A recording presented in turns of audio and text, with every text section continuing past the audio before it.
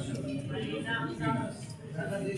Ang nakatrigger kasi dito sa ating lahat dahil may gera ay yung sinabi ni Secretary Garin.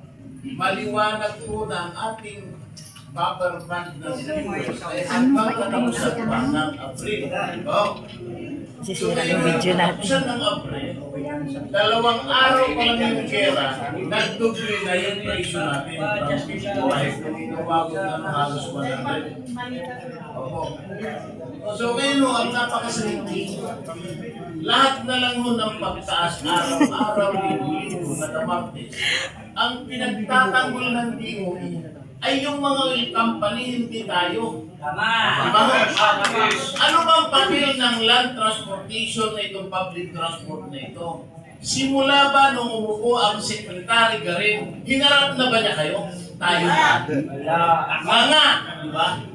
Kaya ito mga kasama ho, napakasalungkot, ang galang-galang na Pangulo, kayo ang nagsalita na magkakaroon kayo ng special power ibibigay ng Kongreso at Senado. Hanggang ngayon ho, 1 linggo na ho, may gig. Kailan ba namin makakain po yung sinabi ng special power na excise tax ay ibibigay sa mamamayang Pilipino? Ano yung pa ba namin yung pagkain na yan? Companies na! Mamamatay na lang po kami. Kaya ang lagi kong sinasabi, anuin mo pa yung damo kung patay na ang aming mga kabayo. Kaya dito ho, makasama, maraming salamat dahil tayo po ay nagtipon-tipon ngayong hapon na to.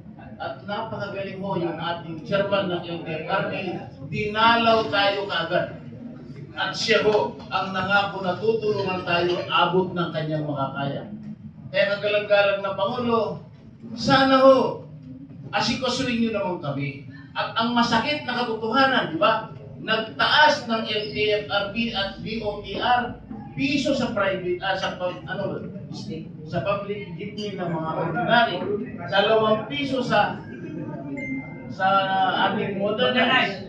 Ang masakit dito, kagalang-galang na Pangulo, kayo naman po, ipakilala tayo lahat.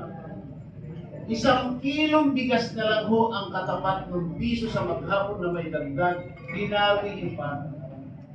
Pambili namin na 1 kilong bigas, 1 boteng bagong, kalahating kilong kamatis, at 4 na tali ng kamote. Nasaan po? Kaya kami po ay nagtulong-tulong at nagsama-sama ngayong araw na to. Tama po yung sinabi ng ating kaibigan na si Barbara Pera. Kay Paring Ari. Nasaan ho? Ano inyo pangako yung sinasabi na nandyan na